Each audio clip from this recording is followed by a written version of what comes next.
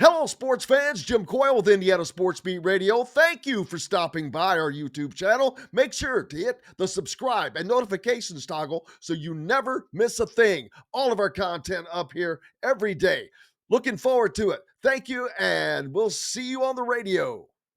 If you're looking for a great gift for the Indiana sports fan in your life, just go to isbradio.itemorder.com and you'll find plenty of options, including sweatshirts, hoodies, t-shirts, pullovers, caps, and much more, including our Welcome to the SIG 10 line that benefits the local Boys and Girls Club. That's isbradio.itemorder.com.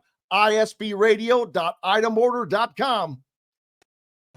Welcome back, Indiana Sports Beat Radio here on this Monday, coming to you from high atop the Hard Truth Distilling Company studios, joined now by the voice of the Indiana Hoosiers, Don Fischer. And I was thinking, Don, good thing, how some of those places where they have to do a push-up for every point, good thing you didn't have to do some kind of voice exercise with every point Indiana scored over the weekend because, wow. No, what a massive beatdown as Indiana delivers Purdue's worst loss in program history at 66-0 win, with Indiana getting back to being Indiana, showing that they are a dominant force to be reckoned with. Well, they certainly proved that on Saturday. There's no doubt about that, Jim. This is a football team that has been on a mission all season long. Kurt Cignetti, his coaching staff, the players that they brought in, they have been spectacular. It has caused a renaissance at Indiana University to a football program that you would think would have had to have some kind of a miracle occur for this to have changed things. Well, the miracle was Kurt Cignetti, and there's no doubt that he did change things in a hurry here. And the accomplishments that this team has made this year, they deserve to be in the college football playoff. There isn't any question about that. I think most people believe that they are in. The question is where they'll be slotted when they finally come up with the bracket, I guess, for the tournament itself.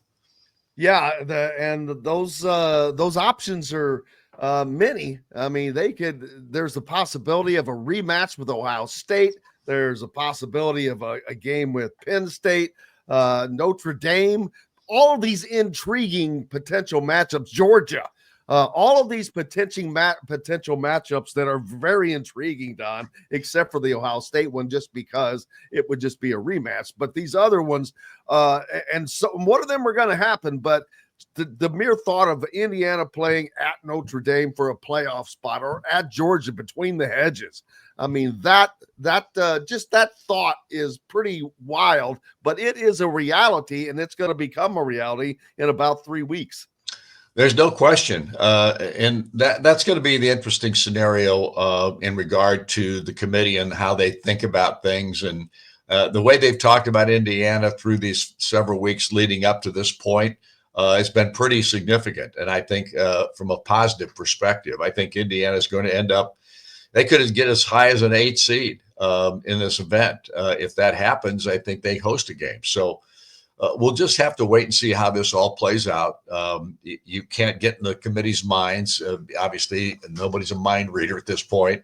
I think the biggest thing is that Indiana did make a statement on Saturday against Purdue, even though Purdue is not a very good football team this year. And obviously, they fired their coach already after the season, after that loss to Indiana in just his second year. But at the same time, you look at what Indiana's been able to do on the total basis.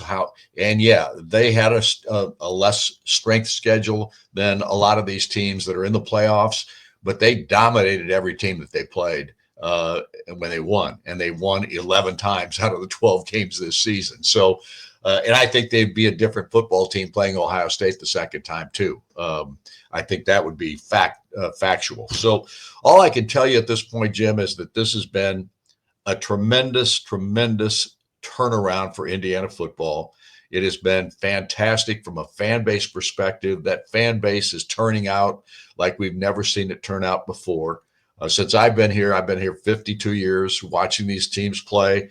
I've never seen a fan base quickly turn so well to the good side of things. I've seen them turn completely bad on the negative side, and that's happened many times. And of course, our fan base, I think we sell like 20,000, someplace in the 20,000 season ticket area every year. That's not going to be the case next year. There's no question. Get them now. Exactly. Better get them now. So that's the biggest part of this thing that's going to help this program, because football basically supplies the money for everybody in your department. And at this level, when you're selling out each and every ball game, you've got a lot more money to play with. Well, and when it's the temperatures, what they were over the weekend, and this was a night game, so it was going to be colder, that place was still full. And I was shocked. I was surprised. You had the students that were officially off campus, but the student section was full. The rest of the stadium was full. I was looking into the corners and I'm like, damn, it's full up into the corners. So it was full. And so that entire crowd just gets one heck of a shout out. I don't care that they didn't stay the whole game. They started matriculating out. Kurt does. Trust me, he made mention of it too. Yes, but the sheer fact that they were there and they showed up, that is still another shock. Even with how this season is gone, that shows you how, as you just said, how much it has permeated the mental following of this football team. Well, and on the flip side of that, and how it's made the basketball season at the start here look pretty negative, because the crowds at the basketball games at this juncture have not been good, and without doubt, it's changed the temperature at the university in two different areas. And obviously, from a football standpoint, it's red hot, and from a basketball standpoint, it is mediocre at best right now, especially after the performance down in the Bahamas. And as shocking as it is for the rise of the football program, it's just as shocking to see that drop off in basketball, because basketball is just a loved sport. No matter what, the support is always there. And when you see that wane, and of course, football is not helping any, but when you see that wane, you know that there's considerations to take into matter. Well, there's no doubt. And getting to the basketball side of things, that performance against Louisville was just, that was a killer. I mean, you can't come out and play a team that has, 3 wins a year ago with a brand new roster, a total roster reconstruction. Pat Kelsey, a new coach, first year there. And that team came out on the floor and punched Indiana in the mouth, and the Hoosiers didn't respond. And obviously, matching energy level, matching effort level of the opponent is always a critical thing. And unfortunately, you've got to be better than that other team. You've got to be better in the context of energy and effort. And they weren't against Louisville. And then I thought it was similar the first half against Gonzaga. Yeah, they played them tough in the second half, but they were down 18 at halftime. Those are the kinds of things that this team cannot afford to have happen. And I don't know who that falls on completely, but certainly the players are responsible for that effort and energy level, but so is the coaching staff. Those are the guys that got to get them ready to play. And if they're not ready to play, that falls on you. So my point about this is this. This team has the talent. They have enough talent to be a really good basketball team. The question is, do they have the mindset to be a really good basketball team? Are they going to compete like a really good basketball team? And we did not see that in the Bahamas, in my opinion. Now, I take the Providence win. That's a positive, but Providence is not a great ball club. Gonzaga is a great basketball program, and obviously they were disappointed to be in that game that they were in, playing Indiana in the second game in the losers bracket. So all I can tell you is this. This has got to turn around, and it's got to turn around fast. They've got 2 games leading up to the first Big Ten game, which is Minnesota a week from today, on that Monday. And they've got a game against Miami of Ohio on Friday and a game against Sam Houston coming up tomorrow night. They have got to change their thinking and their mental frame of mind going into these ball games, and they've got to start dominating a team that they can dominate. You've got to be able to do what you say you can do. Yeah, because one of the things we look at, Don, is quality wins, and harking back to last season when they did not take advantage of their opportunities to get quality wins heading into the conference play. And then they're kind of in that direction right now. And we saw what happened last year. When you're not beating teams like you're supposed to beat them, and when you're not beating teams that you can beat, it's going to hurt you when it comes tournament selection time. And I think that there should have been lessons learned last year. And this team has got to get together quickly, because there's no question that they have the talent to do so. Well, the key here is the chemistry and the leadership. That's the key. And if the leadership views how we're looking at this tournament that they just played in the Bahamas, you've got to change your thinking, and you've got to find a way to get these guys to understand that this is all about Indiana University. It's not just about them as individuals. If they're not happy about something, they better figure it out, because, and I'm talking about the players now, and they've got to be able to. And here, they've got 2 or 3 players on this basketball team that have been in big time programs, other areas. They know what it looks like. So you haven't got an excuse now just because you're in Indiana that you don't know what it looks like, and you don't know how to perform, and you don't know how to give effort, and you don't know how to give energy. Those things that's ingrained already. It should be ingrained in you. If you're looking at something different than that right now, then you don't have the right mindset. It's that simple. Here, you know what Kurt Signetti did with his football team this year. We know what he did, and he had the same philosophy in every ball game.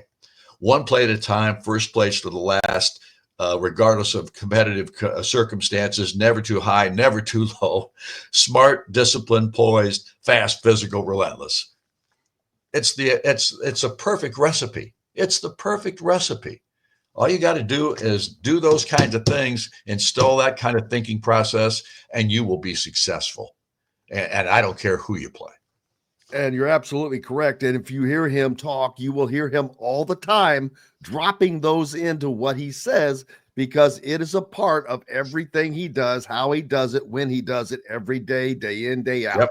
And that is the process. And that's the process of winning, in essence. Right. There's no question about it. And it's proven that process works. We just saw it work in 11 ball games this year. Indiana wins 11 and loses 1. And in that 1, I still think if they play them again, it'll be a totally different football game. I agree. If you don't believe it, Google it, Don. No question. I've got my piece of paper that I wrote down way back in September that I showed you, that Indiana was going to go 11-1. Signetti was going to win Coach of the Year. They were going to make the college football playoffs. I'll have to bring it to a coach's game sometime. But I'd frame it, except for the writing was so horrible. I should have done a better job, but I wrote that out. Don Fischer, appreciate. Oh, go ahead. No. All I know is you were the guy that did say it was going to be an 11-1, and that's how it turned out. Congratulations. Well, I wish I had put some money on that one. But Don Fischer, we appreciate you, my friend, as always. And you've got a coach's show tonight at Hoosier Hanks, I believe. 7:05. IU women's or IU men's basketball tonight with Coach Mike Woodson. We will see you there, sir. You bet. Thank you, sir. Don Fischer, the voice of the Hoosiers, and he will be with Mike Woodson tonight at Hoosier Hanks East 4 inside Indiana men's basketball. If you're looking for a great gift for the Indiana sports fan in your life, just go to isbradio.itemorder.com and you'll find plenty of options, including sweatshirts, hoodies, t-shirts, pullovers, caps, and much more, including our Welcome to the SIG 10 line that benefits the local Boys and Girls Club. That's isbradio.itemorder.com. isbradio.itemorder.com. Hello, sports fans. Jim Coyle with Indiana Sports Beat Radio. Thank you for stopping by our YouTube channel. Make sure to hit the subscribe and notifications toggle so you never miss a thing. All of our content up here every day. Looking forward to it. Thank you, and we'll see you on the radio.